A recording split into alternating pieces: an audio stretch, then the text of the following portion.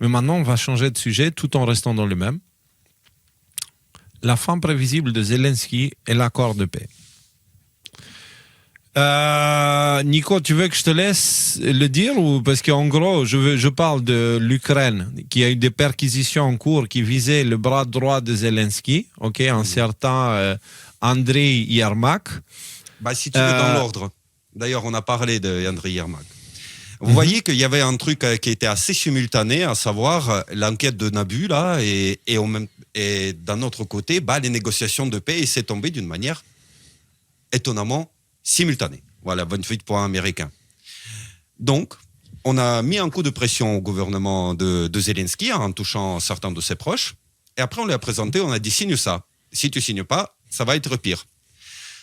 Pendant la période de négociation, le Nabu s'est fait discret. Ils continuent leur travail, ils continuent à prendre des écoutes, à faire des rapports, à surveiller, à faire tout ce genre de choses. Ils avancent. Voilà. Ce qu'on avait par les canaux un peu privés, ce qu'on avait suggéré à Zelensky aussi, il a dit vas-y, il faut que tu te débarrasses de Yermak. Yermak, c'est le chef du cabinet présidentiel. C'est le gars, c'est presque son jumeau siamois, où allait Zelensky, Yermak allait avec lui, et on avait parlé dans les précédentes émissions de Yermak, j'avais dit que c'était une forme de cardinal gris de l'Ukraine, qu'en réalité, Zelensky, il est là pour parler, et Yermak, c'est celui qui organise les choses autour de lui. Voilà. Mais Yermak, il avait gonflé absolument tout le monde, aussi bien les Ukrainiens que les étrangers. Et là, le travail de Nabu, il était discret, mais il continuait. Et là, pour une X raison, alors que Zelensky, il avait envoyé Yermak et Umerov. Umerov, c'est le ministre de la sécurité ukrainienne qui, à un moment donné, avait fui, etc., et que Zelensky a réussi à ramener. Zelensky les a envoyés de négocier la paix avec les Américains à Genève. Je crois que c'était à Genève, c'était en Suisse, ou à Zurich, je ne me rappelle plus. Pour montrer Umerov, qu'ils leur accordent leur... Turquie, là c'est lui, Oui, c'est celui qui s'est barré en Turquie, aux États-Unis. Après, il est revenu en Turquie. Après, Zelensky l'a ramené. Bon, bref. Et donc, ils ont envoyé lui négocier, c'est ça? Et Zelensky l'a envoyé lui négocier et Yermak. Mais pourquoi il fait ça? Zelensky, il les envoie pour dire regardez, ces gens-là, malgré la pression, etc., ils ont toujours tout mon soutien. Ce sont des vaillants protecteurs de l'Ukraine. C'est eux qui vont aller se montrer en photo à côté de Marco Rubio et à côté des gens, tu vois, pour leur donner de la légitimité. Mais quelque chose n'a pas plu. Parce que, évidemment, le travail de Nabu, il est commandité. Il est commandité sûrement des États-Unis. C'est pas pour rien qu'il y a un office de FBI au sein du Nabu. Donc, qu'est-ce qu'ils ont décidé? Ils ont décidé de non, Yermak, on éteint. Perquisition chez lui, dans la même journée, Yermak, contraint de démission. Évidemment qu'ils vont rien trouver pendant cette perquisition. C'est juste une indication. Mais pourquoi, du coup? J'ai pas compris la raison pourquoi il l'attaquerait lui. C'est pour mettre encore plus la pression sur Zelensky. Si tu veux, Nabu a dévoilé les choses petit à petit, okay, 1% par 1%. Mais qui met la pression à Zelensky? Je comprends pas. C'est les États-Unis. C'est Donald Trump. Ou, parce qu'aux États-Unis, il y a plusieurs États-Unis. Donc, c'est Donald Trump. C'est Donald Trump, par le biais de FBI, qui met la pression sur Zelensky. Il dit, si toi, Zelensky, tu n'acceptes pas immédiatement ce qu'on te propose, quelle que soit cette proposition, on va petit à petit défoncer tout ton milieu. Parce que moi, regarde, jusqu'à ce qu'on arrive à toi-même. Regarde comment je le voyais, moi. Le mec, Yerkouvki, je sais pas quoi, la Yermak, comment il s'appelle, Yermak. Il avait dit sur l'Atlantique dans une interview que il avait dit exactement ça. Aucune personne censée aujourd'hui ne signerait un document pour céder du territoire, a déclaré Yermak, qui a occupé les fonctions de chef de cabinet, de négociateur en chef et de proche collaborateur de Zelensky tout au long de la guerre totale avec la Russie. Donc, aucune personne signerait un accord de paix. Et donc, d'abord, il y a eu ça. Et résultat de ça, il lui a envoyé les autorités chez lui pour lui dire, copain, tu la fermes parce que là, on va faire la paix, que tu le veuilles ou non.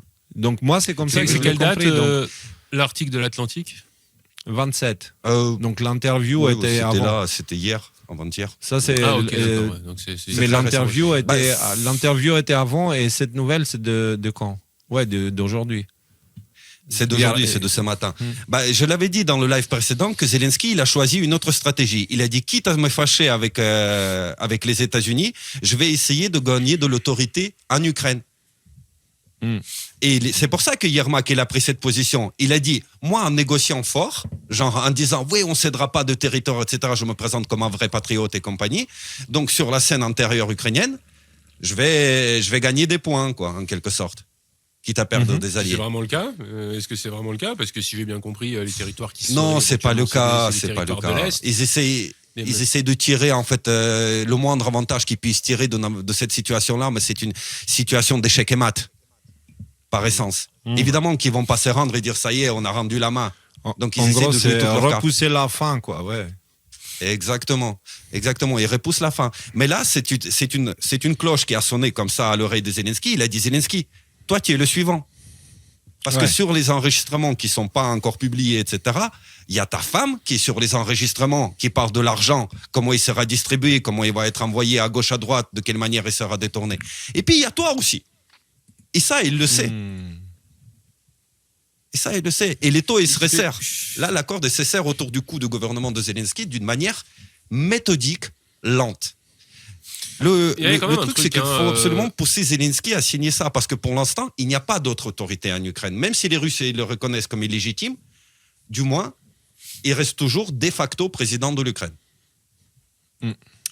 Parce que toutes ces nouvelles, en fait, ça parle de la même chose. On a en gros le camp de la guerre, Macron, Starmer et les Allemands, je ne sais plus comment ils s'appellent.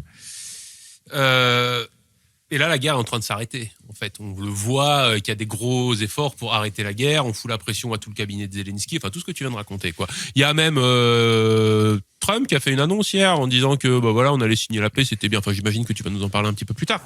Du coup, est-ce que c'est pas les circonstances parfaites pour que l'OTAN organise du faux drapeau à tour de bras? Ah bah justement, je ne sais pas si tu l'as eu dans ton article, l'info qui est sortie aujourd'hui. Alors à la frontière de Moldavie, il y a un camion qui a été arrêté. À l'intérieur de ce camion, des drones Géranium, donc les drones russes, avec des charges explosives. Et le rapport de Moldavie, il dit en fait, pourquoi ça rentrait sur les territoires de l'Union européenne? Oui, il y a des tentatives de produire un faux drapeau de la part de l'Ukraine sur le territoire de l'Union européenne pour déclencher une réaction encore plus massive. Bah ouais. C'est très bien. Parce que tu. En tout cas, il y a tous les pions qui sont avancés par l'OTAN. Ça crève les yeux, ça. Donc c'est vrai que ça. Donc ouais, soyons vigilants là-dessus. Oui, mais après ce démantèlement lent et méthodique, regarde qui est-ce qu'il implique. Parce qu'au final, les dirigeants européens, malgré le scandale de corruption, ils ont dit ouais, soutien, Zelensky, machin, etc. Ils ont continué dans la même lancée. Alors que même les médias occidentaux, tu as le BFM TV, tu as tout le monde qui parle de cette corruption. Et maintenant, les gros titres des gros journaux, ils deviennent de plus en plus durs à entendre aussi bien pour les dirigeants européens que pour les dirigeants ukrainiens.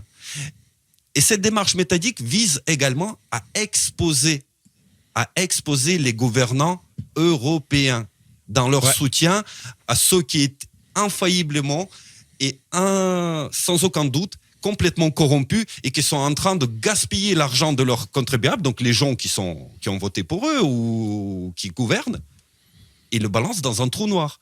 Donc c'est une opération massive. On ne va pas évoquer ces sujets, mais c'est une opération aussi qui vise une part de corruption au sein même de la Russie. Parce qu'il y en a, hein. Tu vois, faut pas être non plus aveugle, il y en a. Ah ouais. Mais il y en a aussi. Et ces réseaux-là, ils sont en train d'être démantelés tout au long de cette opération. Et d'ailleurs, je ne l'ai pas mis dans l'article, mais on va pouvoir en parler. Il y a une histoire assez drôle, Rudy. Tu avais choisi le commentaire de Greg, le patriote, sur une hypothèse qu'il avait émise il y a longtemps. Donc, on regarde ce petit passage et puis on voit exactement de quoi il s'agit, ok? Donc, on est le 3 mai 2022. Voilà, sur ce, j'ai fini ma présentation. Par rapport à ça, juste la Trump Card, moi j'en sais rien ce que c'est, mais il y a Greg Patriot, dont je vous ai déjà parlé, qui a gagné genre quelques followers sur Twitter depuis qu'on en a parlé, qui a eu une hypothèse que je trouve intéressante, donc je vous la propose pour lui donner la gloire si jamais il a raison. Lui, il pense qu'une jolie Trump Card, ce serait si jamais tu avais Poutine et Zelensky qui iraient signer des accords de paix à Mar-a-Lago sous la supervision de Trump. Voilà. Sur ce, j'ai par fini rapport ma à ça, présentation. Voilà. Et on a eu cette nouvelle de Fox News, donc l'Ukraine qui est d'accord sur un accord de paix, qui veut signer sur l'accord de paix, avec quelques détails qui sont encore à travailler, disent les officiels américains. Oui, le détail à travailler, c'est le gouvernement ukrainien, en fait. Et donc, ouais. Et donc, du coup, tu avais eu ce petit échange avec Greg. Tu veux pas dire plus, Rudy, ou t'as tout dit? C'est bon, t'es en mode fonction minimale. Un peu, je suis en mode sans échec, là, je suis désolé, mais je fais de mon mieux.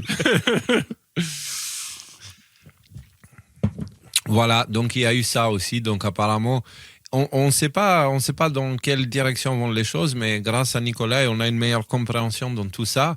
Et d'ailleurs, Nicolas, que j'avais proposé à Idriss qu'il participe dans le débat qu'il a eu, parce qu'Idriss Aberkan, il avait été accusé par un spécialiste. Il a été accusé indirectement comme quoi il serait un agent du Kremlin, etc. Et puis, ça a chauffé un peu sur X, et Idriss les a invités. Et ils ont eu un échange. Est-ce que vous avez pris le temps de le regarder? Parce que c'est un peu long. Moi, non, 2h30, en fait, si tu veux, j'ai compris un peu le fond de l'histoire, mais au fond, je suis content de ne pas forcément y avoir participé parce que la nature du débat, c'est pas celle qui m'intéressait le plus. Pas du tout, ouais. Pourquoi? Là, je pense que c'était un règlement de compte. Idriss les a mis sur le coin avec une batte de baseball et il les a... Mais en fait, moi, ce qui m'étonne, c'est que Idriss Aberkan est extrêmement intelligent. Il avait écrit un livre, d'ailleurs, je vais essayer de vous le trouver, parce que moi, c'est comme ça que j'ai connu Idriss Aberkan. Livre. Je me rappelle plus comment il s'appelle son livre, mais c'est un vieux livre qui parle de cognition, de cerveau. Bref, vous allez pouvoir le trouver. C'est un livre qu'il a écrit sur le cerveau, sur les mécanismes cognitifs, etc. Et en fait, j'étais très surpris qu'il ne voyait pas qu'il a en face de lui des personnes. Enfin, il l'a vu à la fin, heureusement, mais il avait des personnes qui croyaient sincèrement à ce qu'il disait et que de leur point de vue, ils étaient du bon côté. Et du coup, moi, ce qui m'a choqué dans cet échange-là, c'est que j'ai vu le véritable problème là-dedans. C'est que eux, les deux journalistes, ils pensent être dans le camp du bien.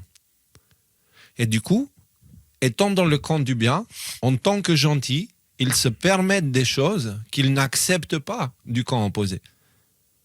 Parce qu'ils disent non, le camp opposé ne peut pas faire ça parce que eux, c'est les méchants. Mais nous, étant donné qu'on est les gentils, nous, on peut dire qu'Idriss Aberkan est un agent du Kremlin, affirmer des choses comme ça, sans être accusé derrière. C'est le macartisme, justement, qu'il évoque, là, c'est-à-dire des...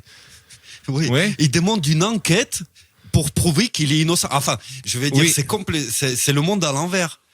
C'est le monde à l'envers. C'est genre, tu es d'office, t'es un agent du Kremlin puisque tu as récupéré certaines rhétoriques où tu avais une rhétorique qui n'était pas complètement pro-ukrainienne. Maintenant, il faudrait qu'il y ait une enquête sérieuse pour prouver que tu n'es pas un agent du Kremlin. C'est ça. En gros, c'était ça. Et en fait, ce que j'ai remarqué, c'est que là, on est devant le fruit de l'arbre du bien et du mal. Ok? Ces deux gars-là, ils ont bouffé ce fruit. Hein? Et ils l'ont bouffé. Et c'est quoi le fruit de l'arbre du bien et du mal? C'est justement classer les choses en bien et en mal, se classer soi-même dans le camp du bien et du coup se permettre des choses contre le camp du mal. Et en fait, c'est ça que j'étais en train de remarquer, c'est que nous sommes en train de fabriquer actuellement les radicaux du bien, tu sais, les loups habillés en blanc, ils sont motivés par des choses saines en théorie. Tu sais, l'effet Cobra qu'on avait dit. Leur motivation est bonne, mais leur analyse et leurs conclusions sont du poison. Parce que ces gars-là, ils peuvent accuser n'importe qui et ils trouvent que c'est normal. Ils trouvent que c'est normal. Par là, c'est exactement la même rhétorique qu'utilisent les antifas, en fait. Hein. Je ne sais pas si on en a parlé en live. Ouais. Si on en a parlé en live, vous me coupez, et puis c'est pas grave. Mais en gros, voilà, il faut pouvoir te dire que tu es un nazi, tu vois.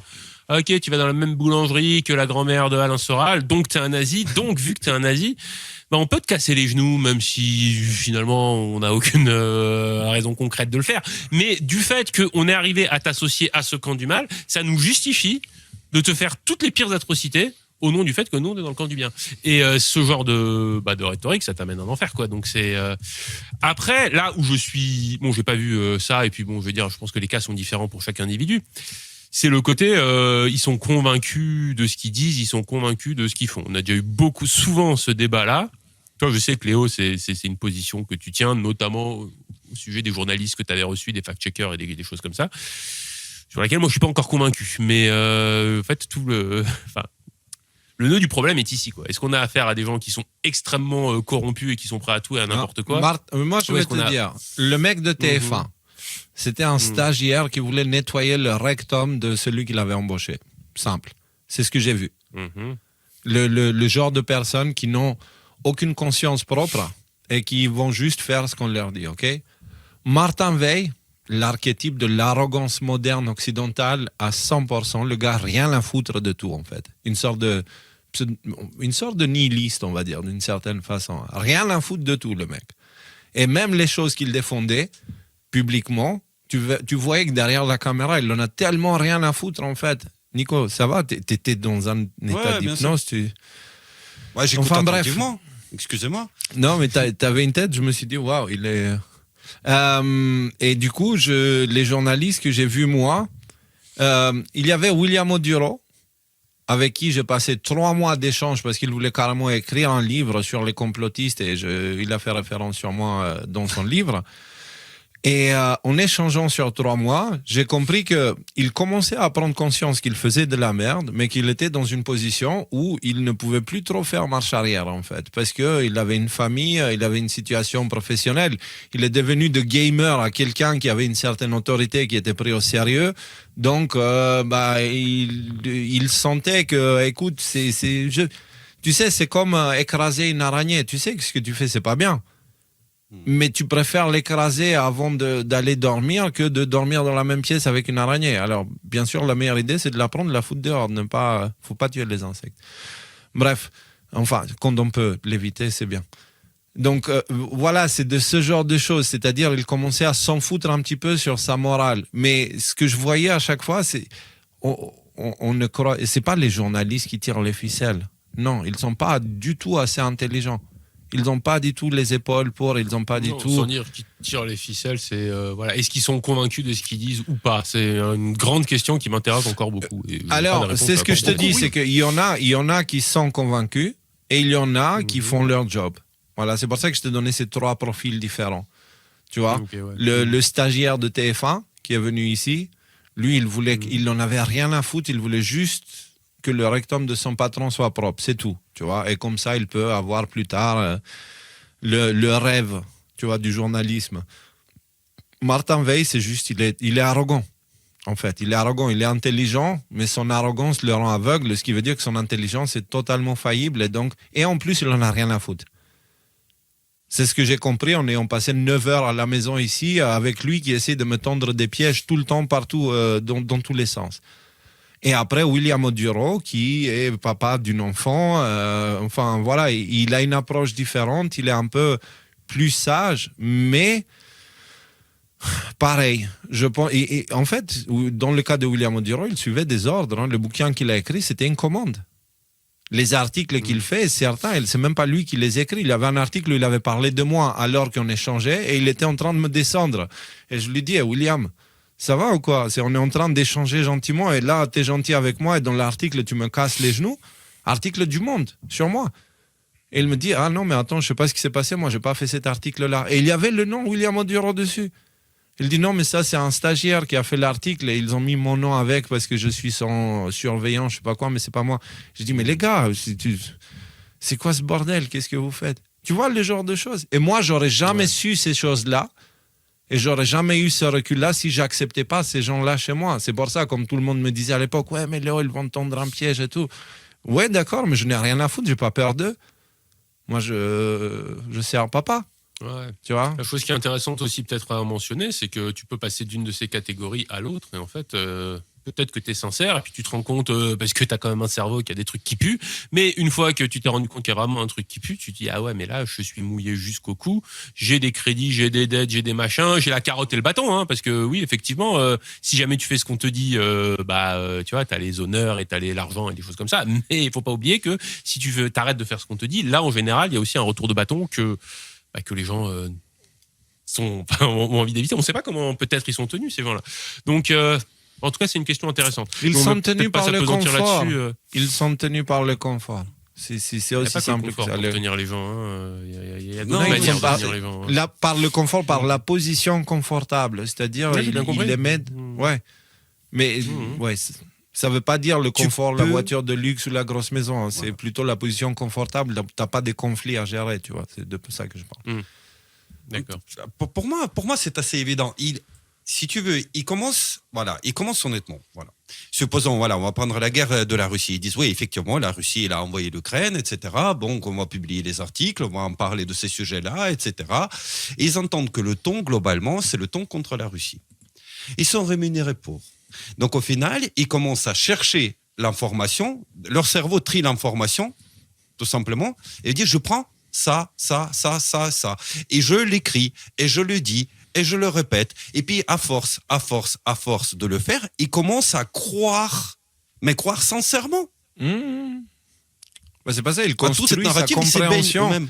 Il construit sa compréhension de la situation sur de l'information filtrée par ses biais personnels.